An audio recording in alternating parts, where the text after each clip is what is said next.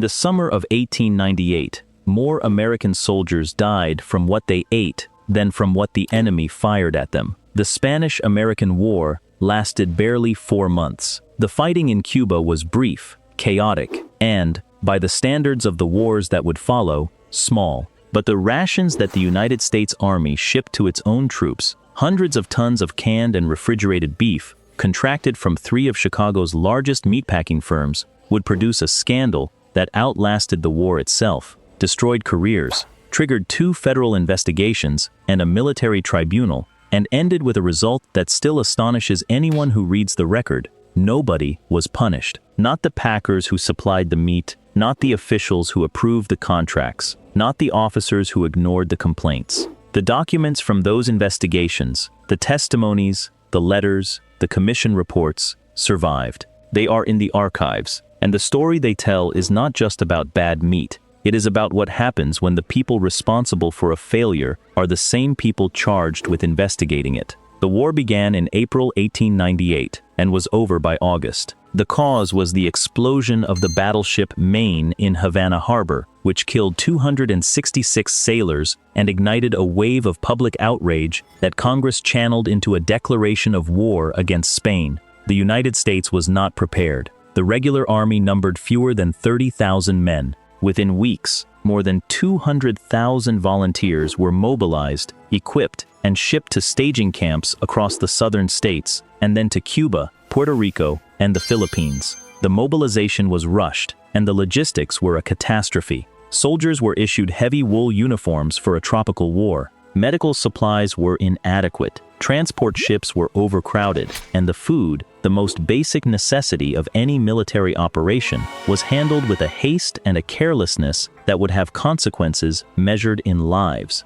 Secretary of War Russell Alger was responsible for provisioning the army. At the onset of the war, the commanding general, Nelson Miles, a Civil War veteran with decades of experience managing military logistics, recommended that the army purchase fresh cattle locally in Cuba and Puerto Rico, as had been standard practice in every previous American conflict. Miles understood the supply chain better than anyone in the War Department. He knew the tropical climate. He knew that meat shipped from the mainland would spend days crossing the ocean in summer heat, before arriving at destinations where the temperature routinely exceeded 90 degrees. And he knew that the refrigeration technology of the era, functional on rail cars moving through the temperate American interior, had never been tested for sustained ocean transport to a Caribbean island in July. Miles's recommendation was based on experience, on logistics, and on common sense. Alger overruled him. The secretary maintained that the local meat supply in Spanish-occupied territories could not be guaranteed,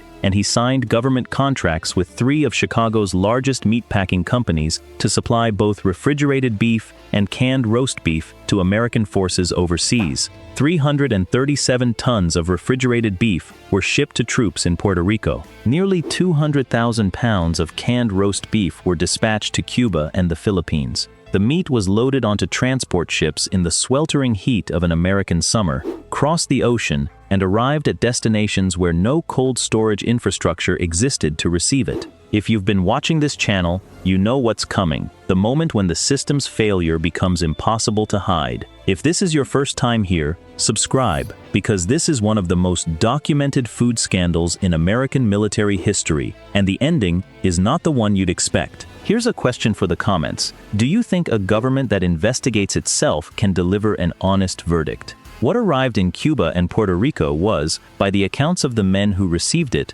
not food. It was something else entirely. The canned roast beef was made, according to testimony that General Miles would later deliver, from the leftover pulp remaining after the extraction of beef juice for commercial products. The nutritional content had been removed for a different product. What remained was packed into cans and labeled as roast beef. Miles described it as containing no life or nourishment. Officers in Cuba reported that when the cans were opened, the contents were stringy, tasteless, and in many cases, visibly spoiled. The refrigerated beef was worse. The ice melted faster than anticipated. The compartments were not sealed tightly enough to maintain temperature in tropical humidity, and some of the meat, according to testimony from Army medical officers, appeared to have been treated with chemicals to compensate for the inadequate cooling. One medical officer's letter described the refrigerated beef in terms that would give the scandal its name. The meat, he wrote, looked well, but had an odor similar to that of a dead human body after being injected with formaldehyde, and it tasted when first cooked like decomposed boric acid. The phrase embalmed beef entered the national vocabulary. It would not leave. The soldiers ate it because they had nothing else. Field rations in Cuba consisted of the canned beef, hardtack, and coffee. The men were fighting in dense tropical terrain, in temperatures their wool uniforms were never designed for, with medical support that was overwhelmed from the first week of the campaign. Fresh water was scarce and often contaminated. Cooking facilities were improvised from whatever materials the men could find.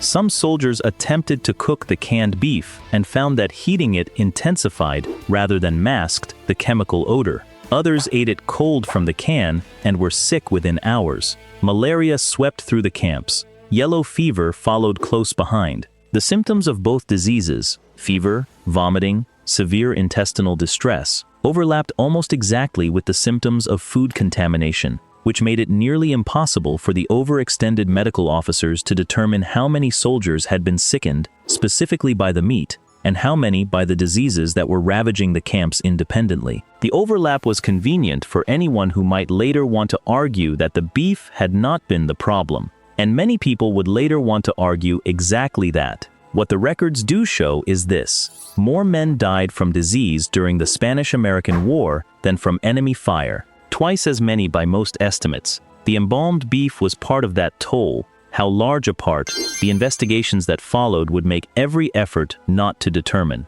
The war ended in August 1898. The scandal began in earnest in December. General Miles appeared before a presidential commission appointed by William McKinley to investigate the conduct of the war. The commission was chaired by General Grenville Dodge, a railroad executive and Civil War veteran chosen, critics would note, for his loyalty to the administration rather than his independence. Miles did not hold back. He testified that the beef shipped to American troops had been defective. He used the word embalmed. He stated that 337 tons of chemically treated refrigerated beef had been sent to Puerto Rico, and that the canned product was made from material so depleted that it was unfit for consumption. He named the person he held responsible, Brigadier General Charles Patrick Egan, the Commissary General of Subsistence, the officer who had procured the Army's food supply and who had supported Alger's decision to overrule Miles. Egan responded,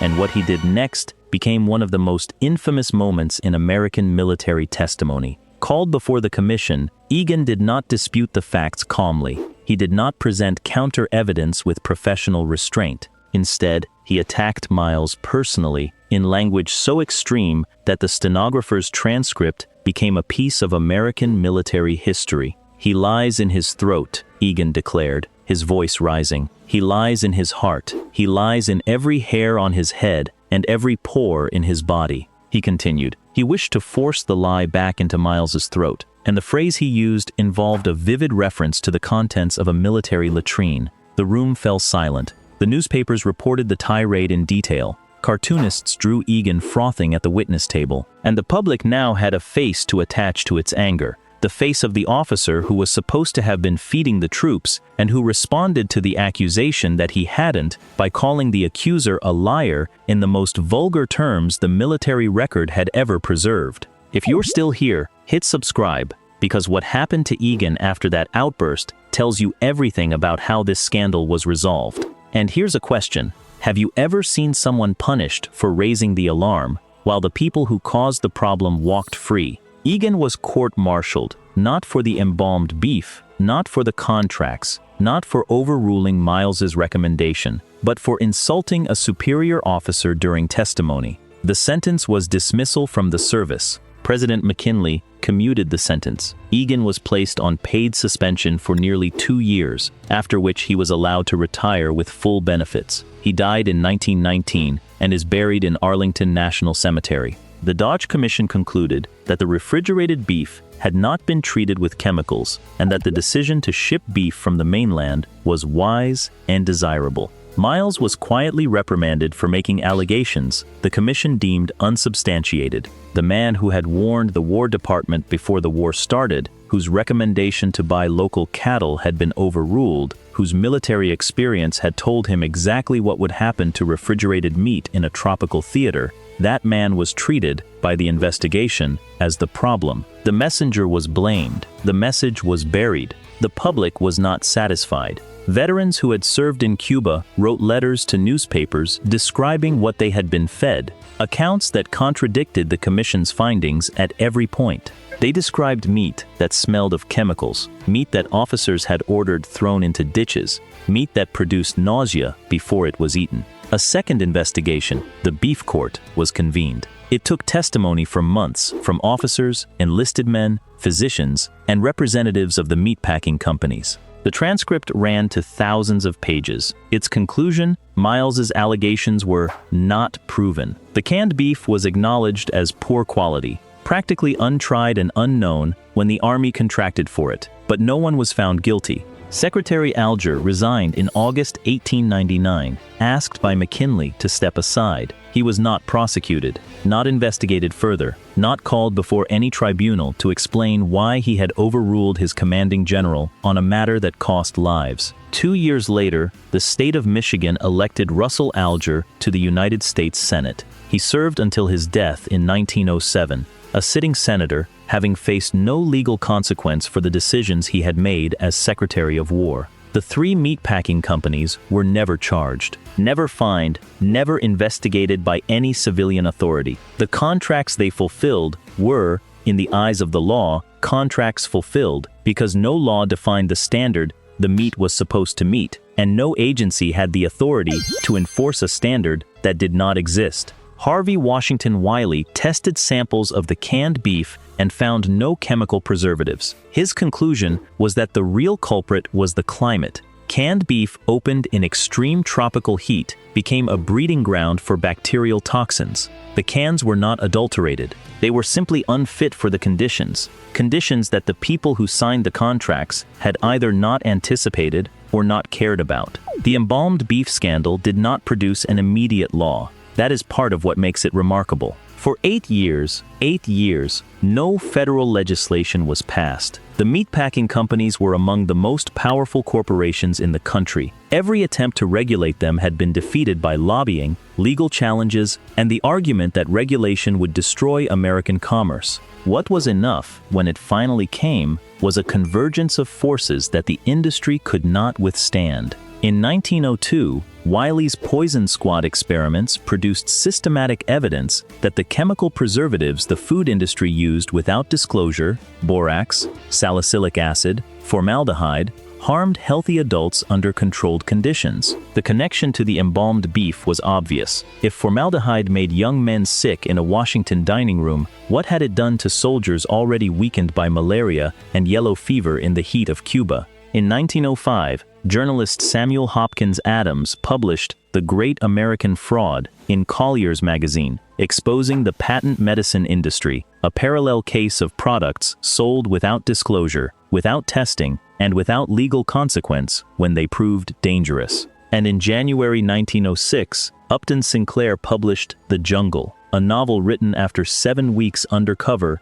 in the same Chicago packing plants that had supplied the Army's beef in 1898. The same companies, the same system. Sinclair's descriptions of the conditions inside those plants reached 1 million readers in the book's first year. The public seized on the food, not the socialism Sinclair had intended. President Theodore Roosevelt read it, and the book reached him differently than it reached anyone else. In the summer of 1898, Roosevelt had been Colonel Roosevelt, leading the Rough Riders through the Cuban jungle, eating the same canned beef that General Miles would later call embalmed. He had watched his men get sick. He had opened the cans himself. 8 years later, sitting in the White House, he recognized the industry Sinclair described, the same industry the Dodge Commission had exonerated, the same system that had investigated itself and found nothing wrong. Roosevelt did not trust the USDA to investigate. He remembered how the Dodge Commission had been staffed with loyalists. He sent 2 independent investigators, Labor Commissioner Charles Neal and social worker James Reynolds, directly into the Chicago stockyards. They confirmed everything. Roosevelt threatened to release their report if Congress did not act. The industry fought back. Lobbyists argued that regulation would destroy commerce, raise prices, and slow production. They had been making the same argument for 30 years. On June 30, 1906, Roosevelt signed the Meat Inspection Act. It required federal inspection of all meat sold in interstate commerce. It mandated sanitary conditions verified by government inspectors stationed permanently inside every packing plant. Not military commissions appointed by the administration, not tribunals staffed with officers protecting their careers, but civilian inspectors with the authority to examine every carcass and reject any product that failed the standard. The law created, for the first time, a legal definition of what acceptable meat looked like,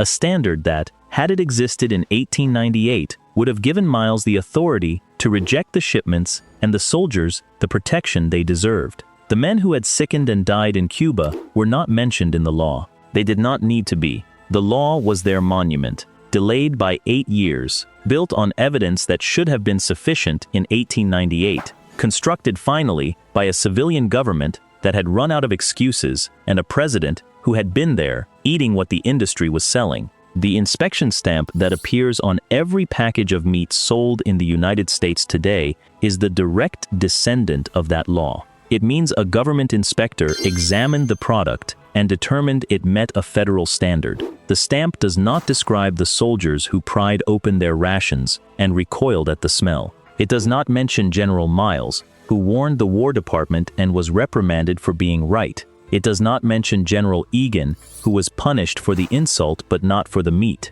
It does not mention Secretary Alger, who signed the contracts, resigned, and was elected to the Senate. It does not mention the Dodge Commission or the Beef Court, both of which concluded that nobody was responsible. It simply marks the meat as inspected, because a country that sent rotten beef to its own soldiers and then investigated itself and found nothing wrong, eventually had to admit that the system needed someone else to check.